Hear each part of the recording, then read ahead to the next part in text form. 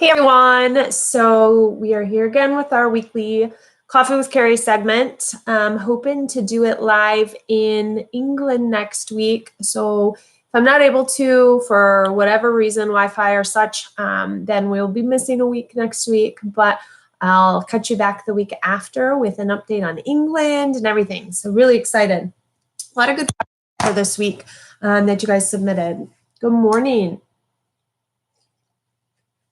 So someone had asked, what can you read, watch, etc. before going to school to make sure this is the business for you? So there's a lot of books, a lot of YouTube channels, things that you can watch to get a glimpse of the business and of somebody working in the business. However, there's so many aspects to what we do.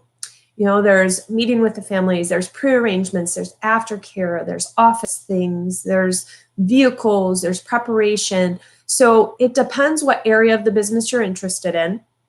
And it depends on if you want to talk to someone who's newly in the business, who's been in it for forever, who's progressive with the, the new things coming out like the composting and all these things. So there's just a lot of different areas. You're going to get a lot of perspective when you're watching YouTube channels and when you're watching different, or if you're reading different books and such, you're getting one person's perspective and one person's story. Keep that in mind because you may listen to a podcast and that person may be pro or anti embalming. Don't let them persuade you to have your own opinion, to alter your opinion on those topics. Same with meeting with families. Don't let them persuade you into maybe not wanting to do that part. You need to make your mind up on that on your own. The best thing to do, honestly, is to go to your local funeral home, sit down and talk with the funeral director there, see if you can shadow them, spend a little bit of time with them at the funeral home. Honestly, the common person who has only been in a funeral home for a funeral for someone they know only sees about 85 or about 10% of what we do. There is so much more that goes on behind the scenes that you never see. That is what you need to see. Writing about making phone calls to pastors and, cemeteries and stuff isn't really book worthy. It's not really exciting. It's not something that we would typically write about, if we were writing about what we're doing. We're going to write about the interesting moments, not about the everyday work that we do. So you need to just see from perspective what's happening day to day there. Good morning, everyone. My favorite coffee. So I drink a different kind probably every day. I think today I might have mixed. It might have been, let's see. I think it's, Green Mountain something, and I'd have to look what I mixed because we're downsizing as we're emptying the fridge and stuff, getting ready for our trip. So I kind of just threw together what was in the cupboard because I want to keep everything else in the freezer fresh for when we get back. Yeah, I am sick. So I got my medicine. I got some good antibiotics yesterday to clear up my sinuses. I went and I said, yeah, I can't go to England feeling like this. So still, yeah, I love it. Yay, yes, I'll be in Bromley. I don't know, near the town square area, or near I'm trying to think on the map. We're like near the North train station. That's all I know so far. It's one of those things like on a map. I don't know how far away truly things are from each other until we get there. So, yeah, so a lot of people commented on the clear casket last week. I think I might throw together a little 2-minute with my video I took with the casket lighten up and stuff, just to do a 2-minute on that. So I might be doing that.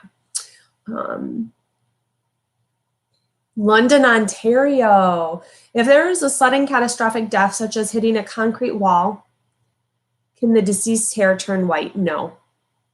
No. No.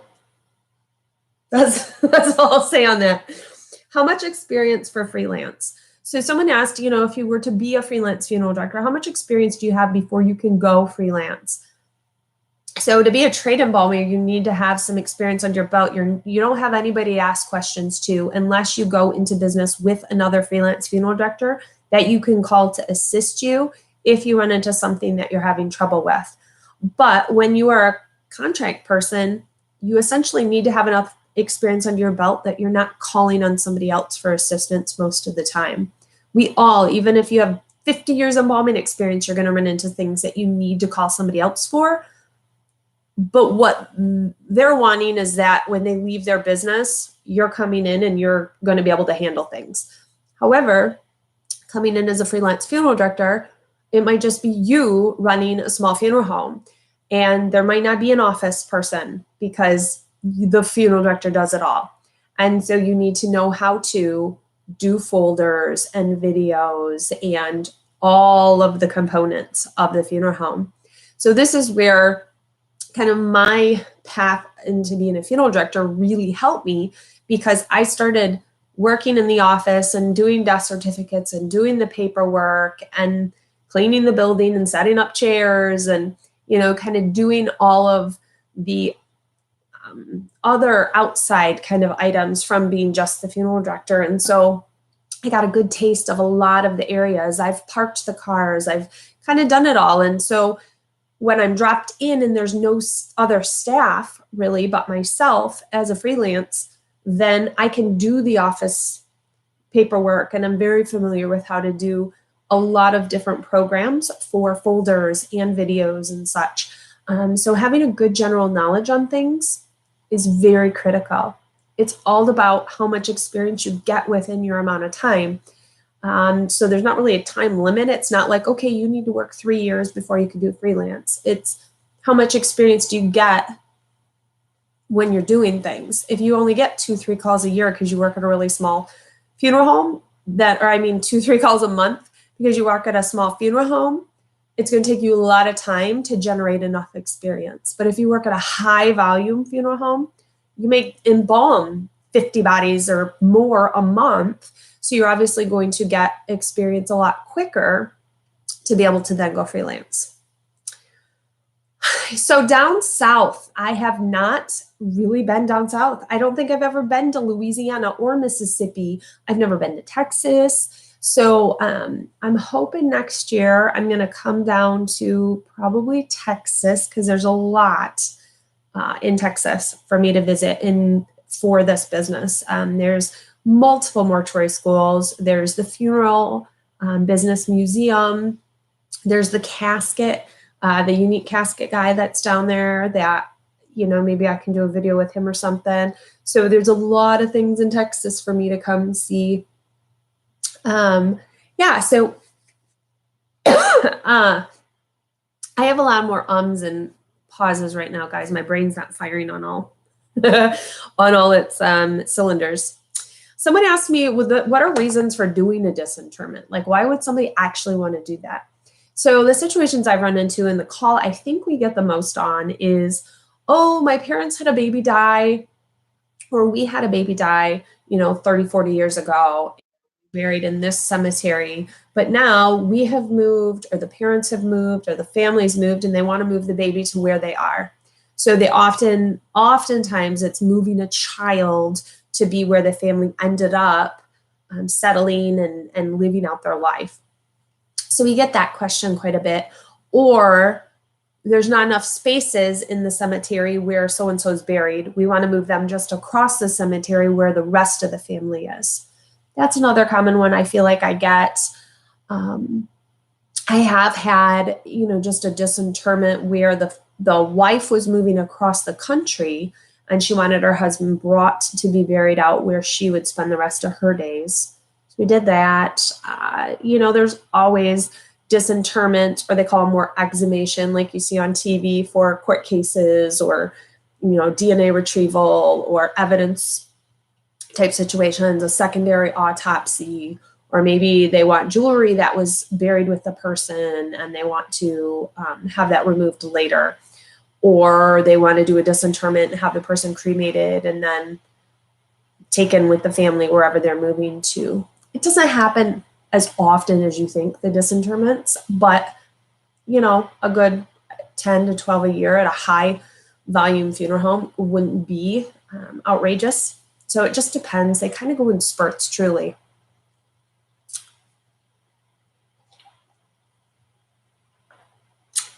No, I haven't toured the New Orleans cemeteries. So hopefully next year. NFDA convention, the National Funeral Directors Association convention, is in New Orleans next year.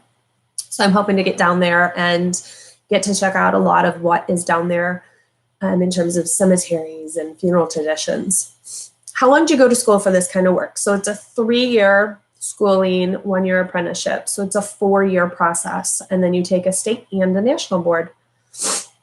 How do you feel about cryonics? I think it's a personal choice. I don't know why you would want to freeze a body, truly. I think with, storing DNA, you can store kind of a lot of the information about the person and how they respond to diseases and such. You can get a lot of that just out of storing DNA or maybe tissue than you do out of the whole body. I don't think you're going to take an old, sick body and be able to revive it ever with any technology that's going to come along, I guess, if that's what you're asking. So Fun and Funerals, there are so many online schools right now, so many.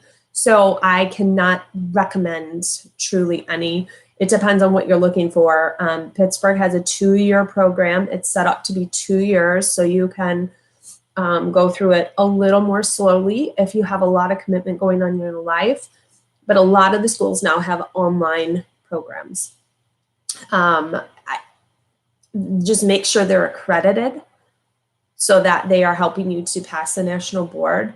But online does not mean any easier. A lot of times people find online to be challenging because it is a full workload of classes on top of a lot of people trying to work full-time jobs and have families and such. So it is very rigorous.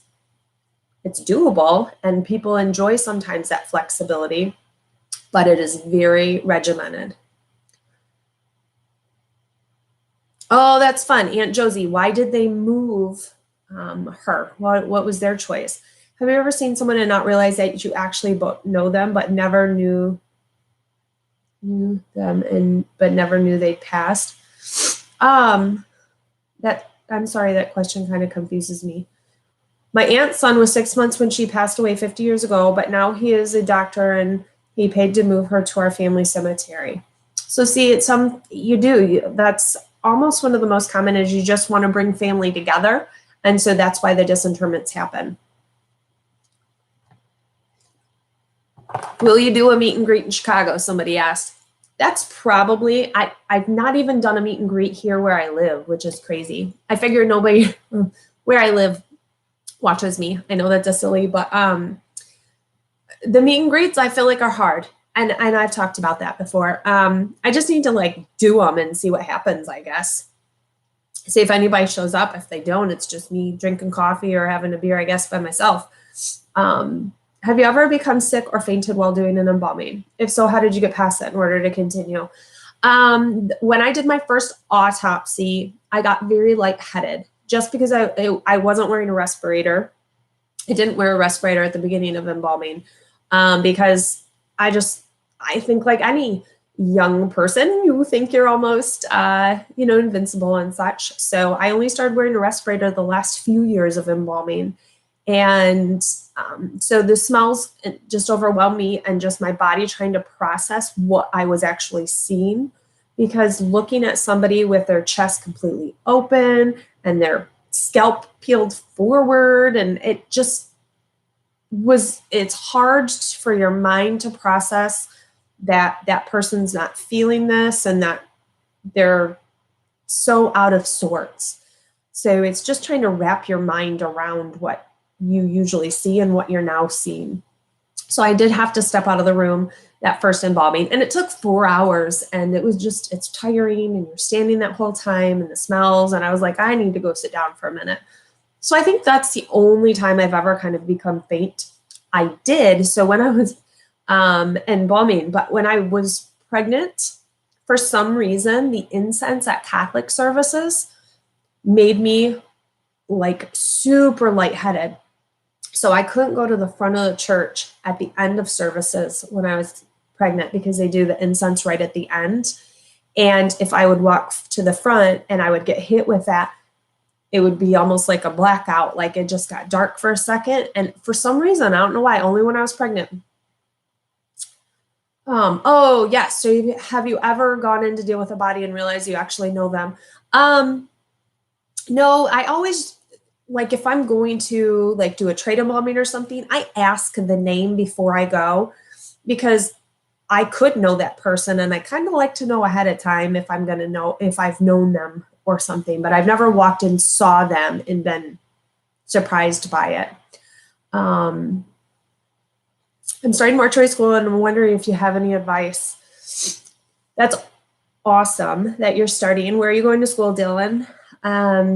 No, jump in and connect. I have a student group on Facebook for students, which is great. I've had a lot of people that connect before they go to school, people buying books in there that people sell their old books and other people buy them from them. That group is called Funeral Directing 101 on Facebook. And it's just a good place for students to connect with each other. What's my least favorite part of the embalming process? Easy. It is when the body has been autopsied and sewing up the head. Hands down, least favorite thing is sewing the back of the head. It's an awkward position. It hurts my hand. I just hate it. Absolute least favorite thing to do. Easy. I do a lot of at-need, but need pre-need. How do I get clients when death is so taboo to discuss? Being a cemetery consultant, especially if you're working on commission, is hard because you really have to be pro, get in there and sell. So it is hard. A great thing to do, get out in your community. You have to network. Pre-need is about networking. You have to connect with church groups. You have to connect with, pockets of people that are looking for information about this and are in that point in their life, retirement groups, things like that, so that you can provide them information, which will then lead to them wanting to work with you. Does a body that is badly burnt stink? Yes. It is just a smell that kind of sticks with you.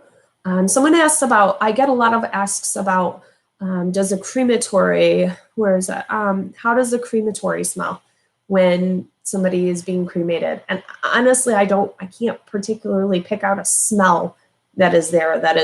It's not like a body burning smell, because of the heat is so high. It's not just like a body burning. It's not a bad smell. It's just, I don't know, it just smells like a crematory. Unfortunately, I wish I could give you more information than that. You're going to go to the school in Phoenix. Nice. So if you're a student, definitely contact a funeral home and say, I'd really like to see an embalming. And as long as you're a student, they're more likely to let you in to do that. Someone had asked, if the body is embalmed and then cremated, is there a pollution concern because those chemicals are going out in the air? No more than if somebody is going through chemo or radiation or on a whole bunch of medication and then they're cremated. Same thing. That's all going out in the air. So just because they're embalmed, it's not a greater concern, honestly. The medication you're taking from doctor prescriptions is sometimes just as strong or worse for the air than the embalming chemical in some situations.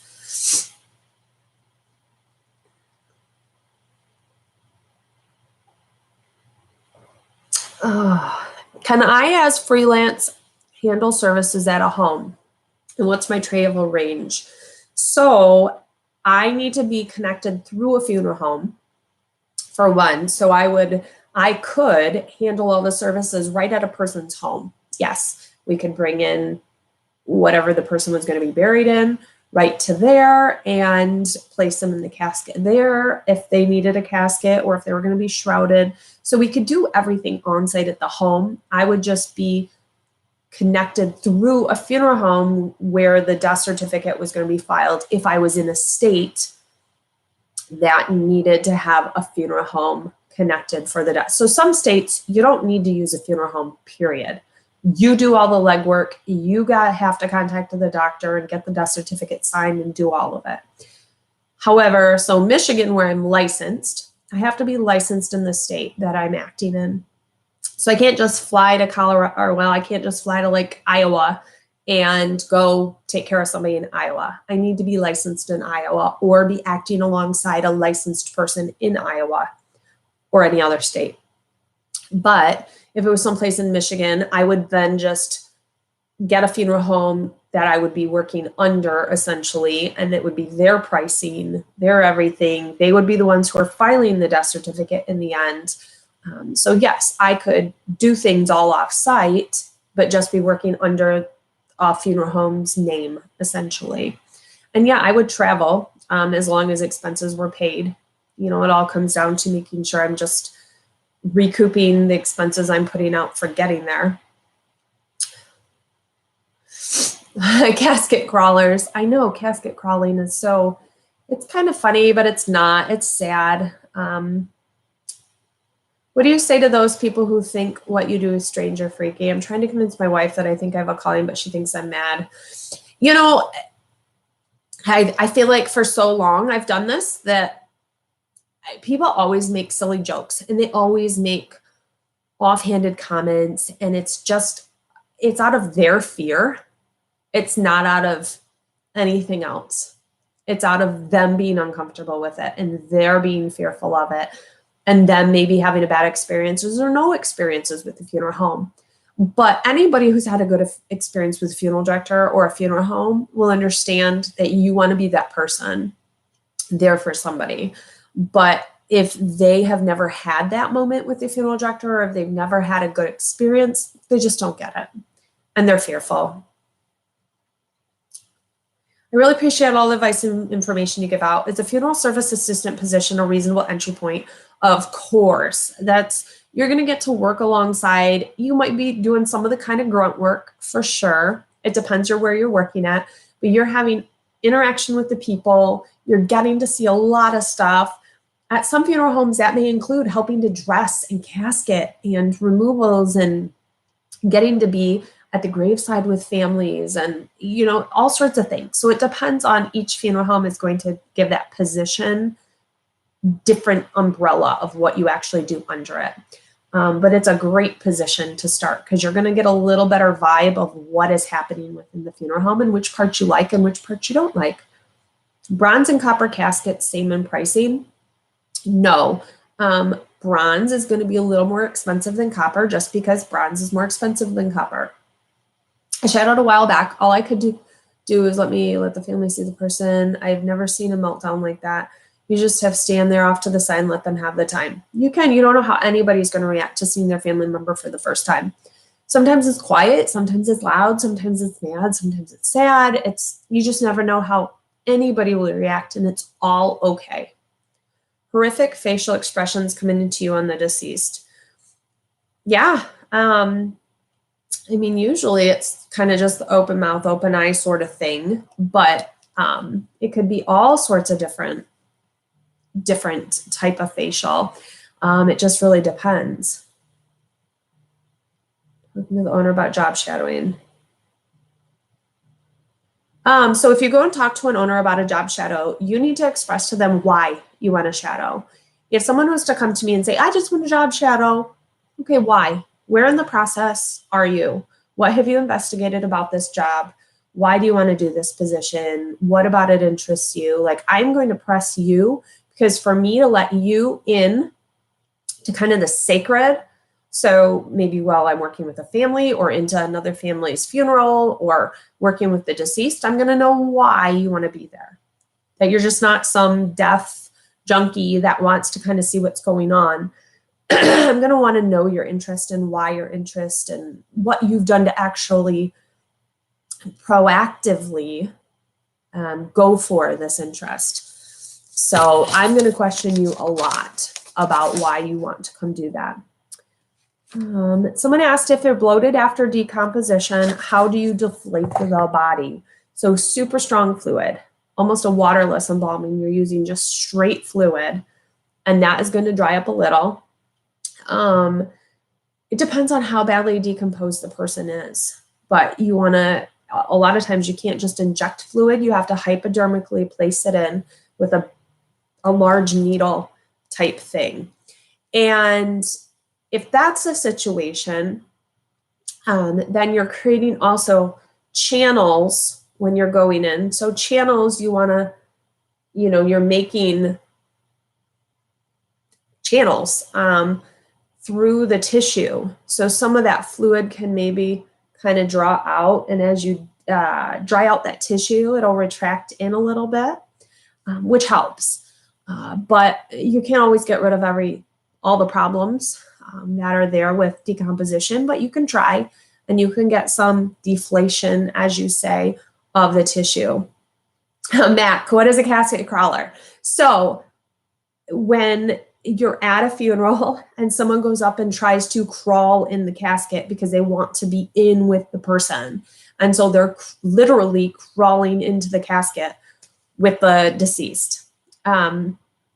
It doesn't happen too often. It also depends on the culture. Some people are more flamboyant with their actions, and they're more dramatic, and that is a lot of what that is. Sometimes it's more just a drama reaction. Some people just really want to be with that person and hold them and hug them and get closer to them.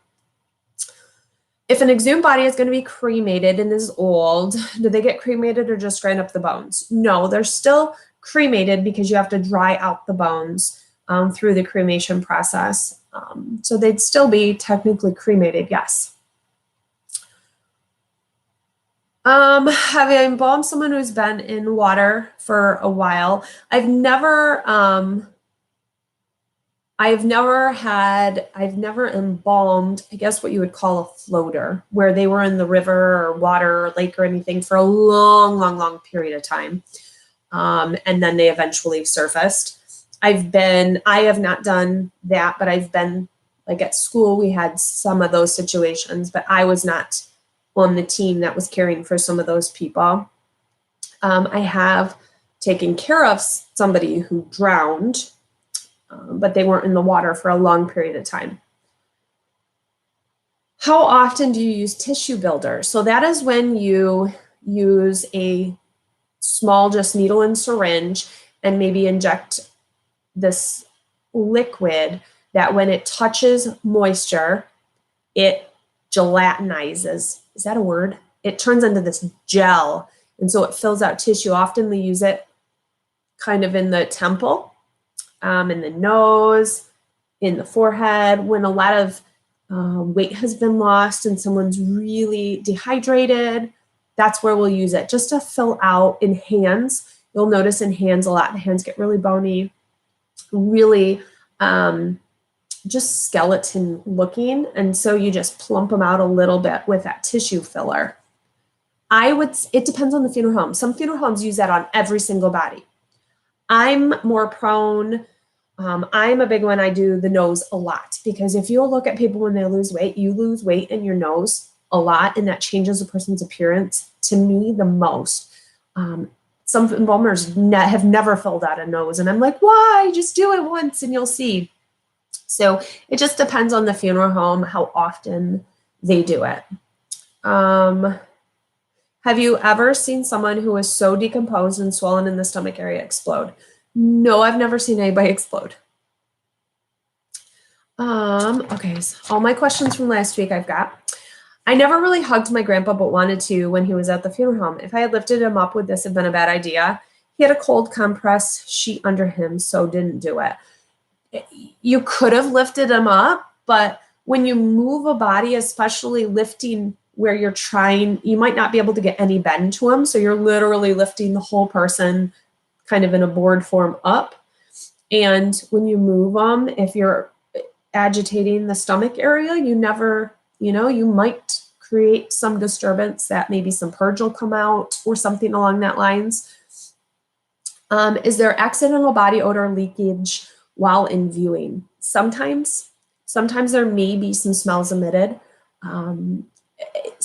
A lot of the smells, they may not be recognized by the public, but we can smell them because we know what they are. That, ooh, we can smell that somebody's maybe leaking this or doing this, or something maybe going on down at the bottom by the feet. So, Drew, I did not hear about the funeral home in London that was ripping people off. They got in huge trouble. There's always a funeral home somewhere that's ripping people off, I feel like. Oh, send me one more. Have you ever had a body purge on you? Oh my goodness. Yes. So many. That was too quick. Why do they do autopsies when cause of death may seem obvious? Rule out foul play. Yeah, sometimes it's just protocol.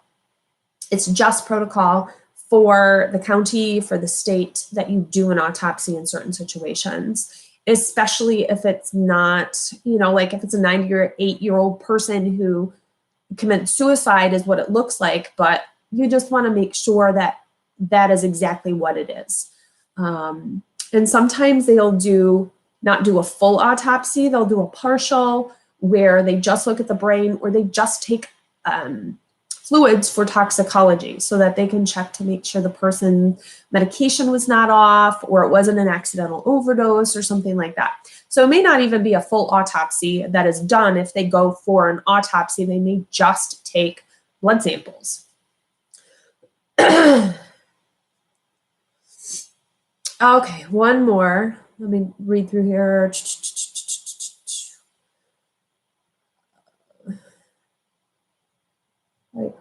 If a face tattoo is damaged from decopped, do you have to redraw the tattoo? It depends on if they're going to be doing a viewing. So a lot of decomp situations, there's just no viewing, or it's just the family. So you typically are not going to worry about the tattoo on the face. So to get somebody who's got a face tattoo, who is decomposed, and who you're going to do a viewing on is like a 0.2% chance or something that's the situation that's going to line up. So I think there's no tried and true rule about it. You just have to take the situation as what it is and see what you can do. Awesome. Aloha, Hawaii guy. Thanks, guys, for everything. Of course, post questions. We'll see if I can get a live from London next week, or from England next week. And as always, thank you. Hopefully this is gone next week. I'm sick as snot. So thanks, guys. I'll talk to you soon. Bye.